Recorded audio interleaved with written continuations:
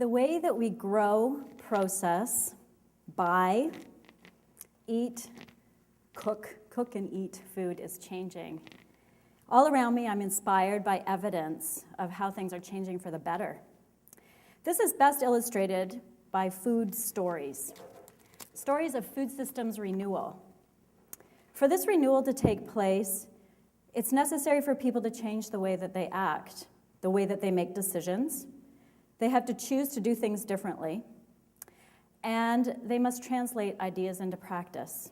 Here are 4 examples of food systems renewal. This is Brian Gilbasis' farm, one of my favorite foodies in Ontario. His farm is YU Ranch in Norfolk County. And this summer I had the opportunity to visit his ranch and walk through the mature oak savanna forest and see the tall grass prairie that's growing on his farm. When I went into his barn, I was amazed by the hay bales. And from the hay bales were bursting coneflowers and black-eyed Susans. And these were what were waiting for the Texas longhorns to eat during the winter. When I cooked last week a round roast that I bought from his farm, I could taste the tall grass prairie that the cows had eaten. And that tall grass prairie is sequestering carbon and providing habitat for native species and species at risk. The Norfolk Alternative Land Use pilot project that Brian is a part of has engaged 40 farmers in his region, in his county, to transition 700 acres of marginal farmland into ecological services, critical ecological services for our society. Prince Edward Island is the first province in Canada to take this program and apply it more widely. This is a picture of Mrs. Wong's trellis system in her community garden at Pape and Gerard in downtown Toronto. And 10 years ago, I took a group of farmers to visit, on a tour, to visit community gardens in the city. And they were amazed by the crop diversity that's growing here in Toronto, and also by the incredible production techniques that are being used by Toronto's immigrant gardeners in tiny, tiny plots of land throughout the city, hidden jewels of food spaces.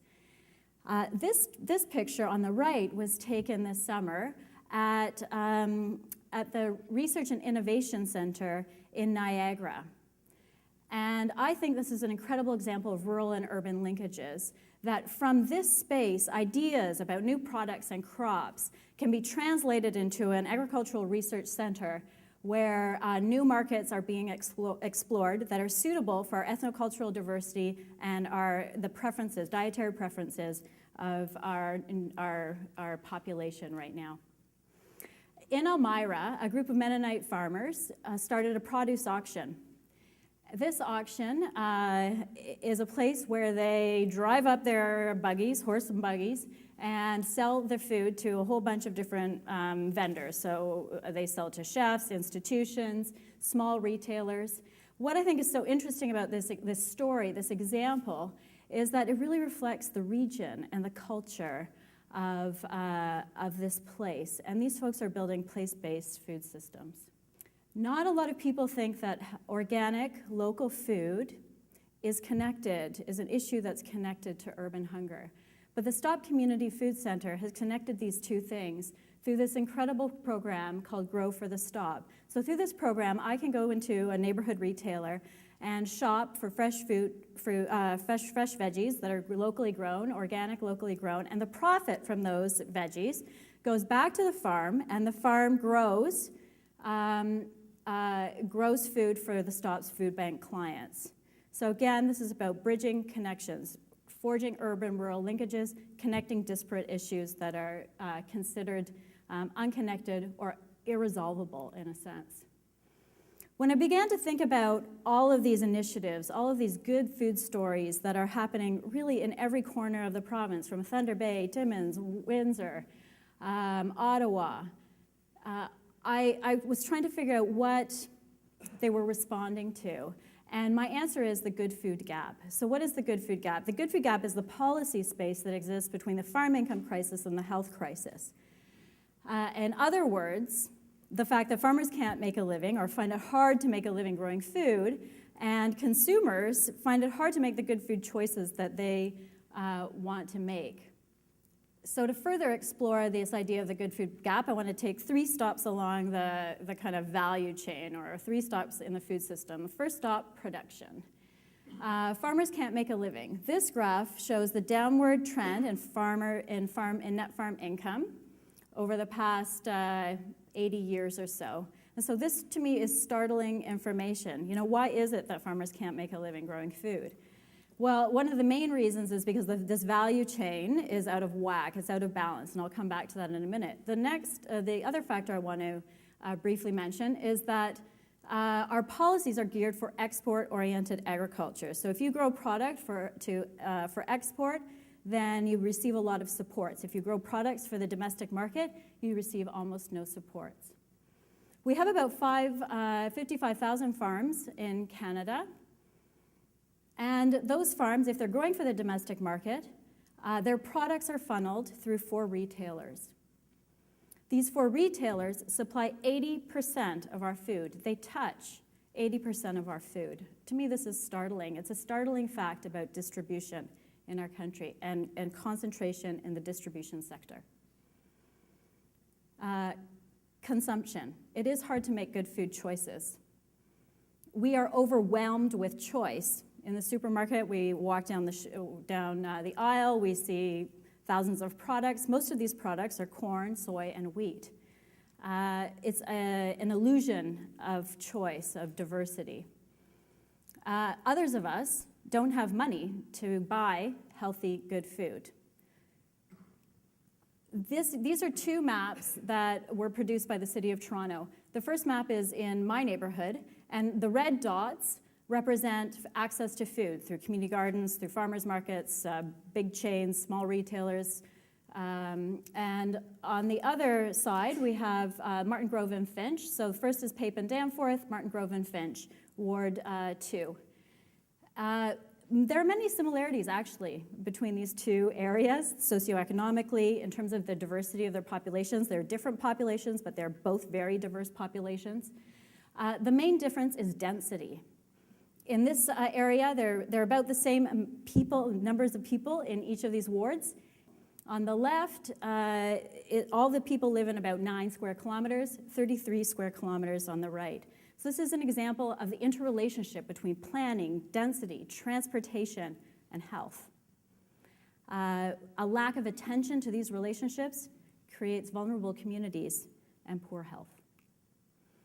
Ontario is growing good food ideas. I want to run through very briefly 10 good food ideas. All of these ideas are grounded in the practice of people across this province. They're policy related, but they're grounded in ideas and actions that are happening right now. We need to support growers of fresh fruit and vegetables. Many of the farm support programs that we have are designed for a larger scale farms that are geared to the export market.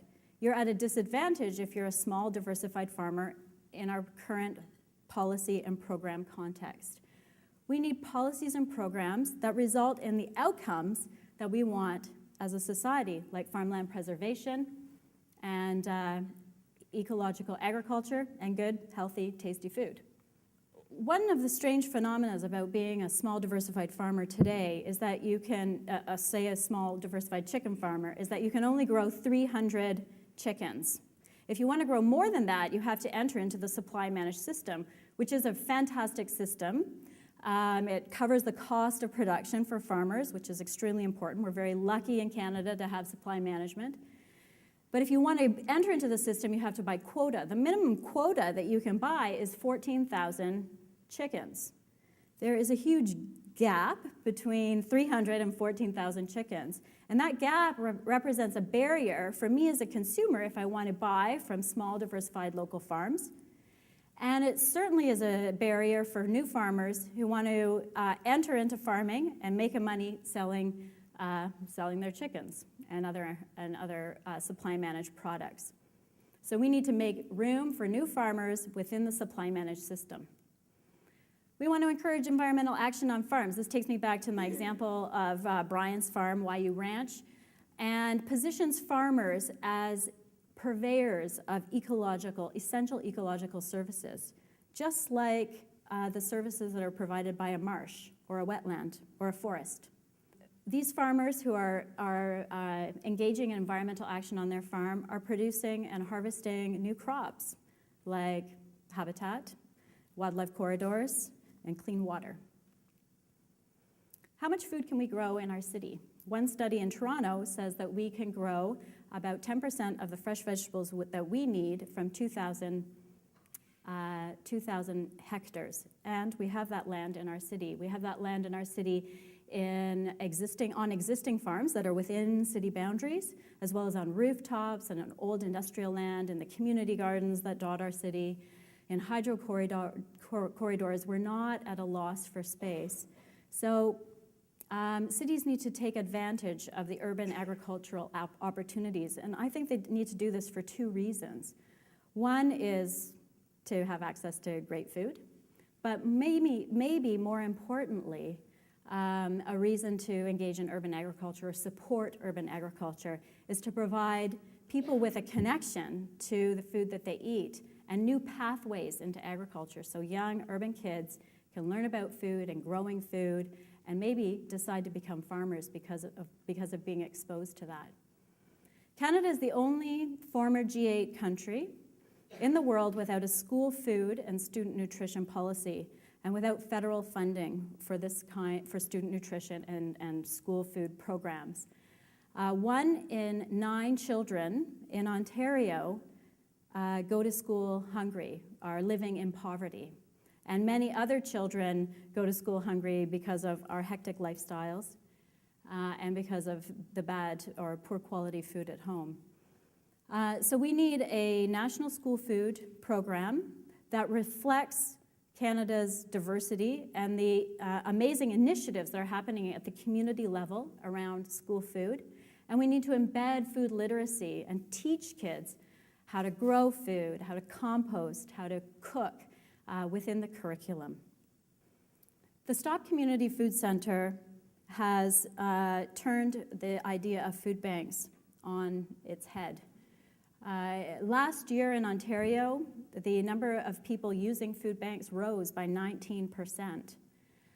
The Stop Community Food Centre is a food bank. It has emergency food for its clients. It provides healthy meals, but it also provides a number of other food-related services, like a bake oven and community gardens, like pre- and postnatal nutrition,